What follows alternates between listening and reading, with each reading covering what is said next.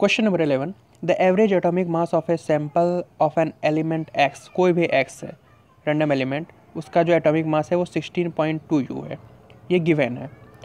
What are the true percentage of isotopes 16 8x and 18 8x in the sample? तो ये ऊपर वाला जो है ये एटॉमिक मास दर्शाता है और नीचे वाला एटॉमिक नंबर दर्शाता है। तो इसमें पूछा गया है कि ये जो 16 यू वाला और 18 यू वाला दो आइसोटॉप्स इस x का कितने कितने परसेंटेज हम लोग लेंगे जो कि 16.2 overall atomic mass, average atomic मास बन जाएगा।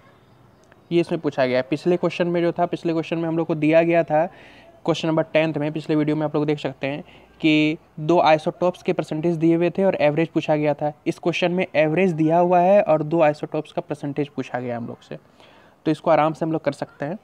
स्टार्ट करते हैं। Let the percentage of one isotopes in the sample be x, so the percentage of other isotopes in the sample will be 100 - x। किसी एक का, ये 16 8x को हम लोग मान सकते हैं कि x% इसका है, तो ओवरऑल 100% ही होता है। तो एक को x% अगर मान लिए तो दूसरे कितना होगा, दूसरा हो जाएगा 100 - x, जितना भी बचा होगा उतना परसेंट आ जाएगा दूसरा। तो ये हम लोग एज्यूम करके चलते हैं, हम लोग को नहीं पता कितना होगा लेकिन इतना ही होगा, एज्यूम करते हैं। जितना भी x की वैल्यू आएगी उसके हिसाब से हम लोग देख लेंगे। तो mass of isotope 16 8x is 16u, इसका मास 16 हो जाएगा और 18 वाले का मास 18u हो जाएगा।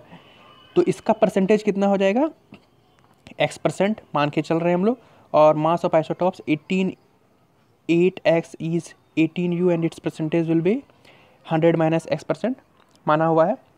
Next, the average atomic mass, average atomic मास कैसे, पिछले क्वेश्चन में भी कैसे निकाले थे हम लोग कि 16 का x% प्लस 18 का 100 - x%, जो जितना होगा उसका उतना परसेंट लेंगे। तो 16 का x% प्लस 18 का 100 - x%, ये ओवरऑल एवरेज एटॉमिक मास है। लेकिन ये तो हम लोग निकाले x मान के, ये क्वेश्चन में गिवन भी है कि average atomic mass of the sample is 16.2 you, तो इसको 16.2 यू के इक्वेट कर दो, 16.2 यू के इक्वल कर दो।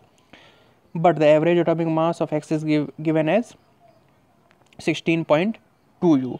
अब जब दोनों को इक्वेट करके जब सॉल्व करेंगे हम लोग, तो सॉल्व करेंगे तो 16x/100 प्लस 18 से 100 - x को मल्टीप्लाई होगा तो 1800 - 18x।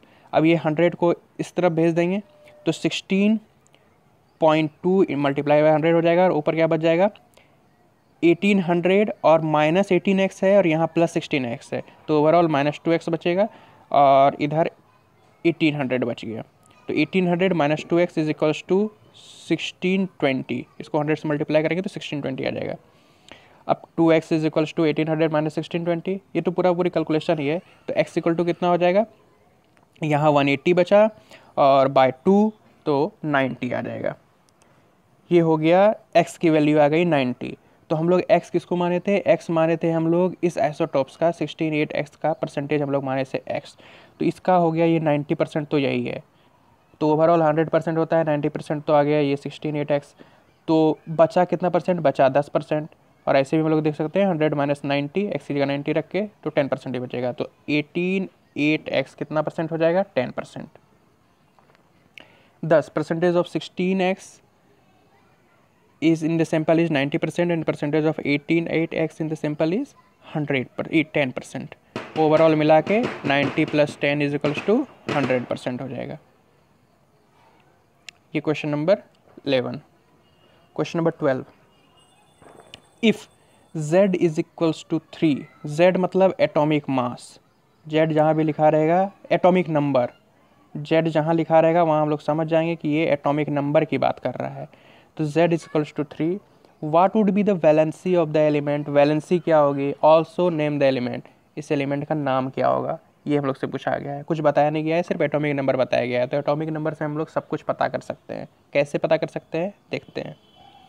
Given that atomic number of element is 3, तो इसका electronic configuration k shell, l shell, m shell में क्या क्या होगा, so its electronic configuration will be k shell में आ जाएगा 2, क्योंकि इसकी कैपेसिटी 2 है, बच गया 1 इलेक्ट्रॉन क्योंकि 3 है ओवरऑल, तो 1 l में चले जाएगा। m में तो कुछ जाएगा ही नहीं, m को काट देते हैं। तो बच गया k और l में 2 और 1। इसमें पूछा गया है what would be the valency of the element, तो it has 1 electron in its outermost shell L shell. L shell में 1 इलेक्ट्रॉन है, जिसका मतलब हो जाएगा वैलेंसी 1 ही। क्यों? क्योंकि इसको inert gas electronic configuration achieve करने के लिए ये इलेक्ट्रॉन को ही लूज़ करना होगा। तो इसको अगर हटा दिया जाए, अगर 1 को ये हटा दिया जाए तो इसका इनर्ट गैस में ये बदल जाएगा, K=2, जो कि हीलियम का होता है, सिर्फ K सेल बचेगा। तो इसीलिए जो आउटर मोस्ट सेल में जो इलेक्ट्रॉन्स होते हैं वो वैलेंसी कहलाए जाएंगे। तो it has 1 electron in its outermost shell, और इनर्ट गैस इलेक्ट्रॉनिक कन्फिग्रेशन करने के लिए भी इसको 1 इलेक्ट्रॉन को ही लूज़ करने की ज़रूरत है, नीड है। तो इसीलिए इसकी वैलेंसी जो हो जाएगा, सो वैलेंसी इज इक्वल्स टू 1। अच्छा, अब वैलेंसी 1 हो गया और एटॉमिक नंबर 3 है, तो ये कौन सा पूछा गया ना, ऑल्सो नेम द एलिमेंट, कौन सा एलिमेंट है ये। तो अगर हम लोग पीरियोडिक टेबल देखेंगे तो पीरियोडिक टेबल में जिस भी एलिमेंट के एटॉमिक नंबर 3 है वो क्या होता है, तो वो होता है लिथियम। पहला होता है हाइड्रोजन, फिर हीलियम, फिर लिथियम, होता है ना इस तरह 1 2 3 boron, carbon, nitrogen, oxygen, fluorine, neon, इस टाइप से फिर आगे बढ़ते जाता है। तो पीरियोडिक टेबल के अनुसार द एलिमेंट इज लिथियम। ये हो गया क्वेश्चन नंबर 12।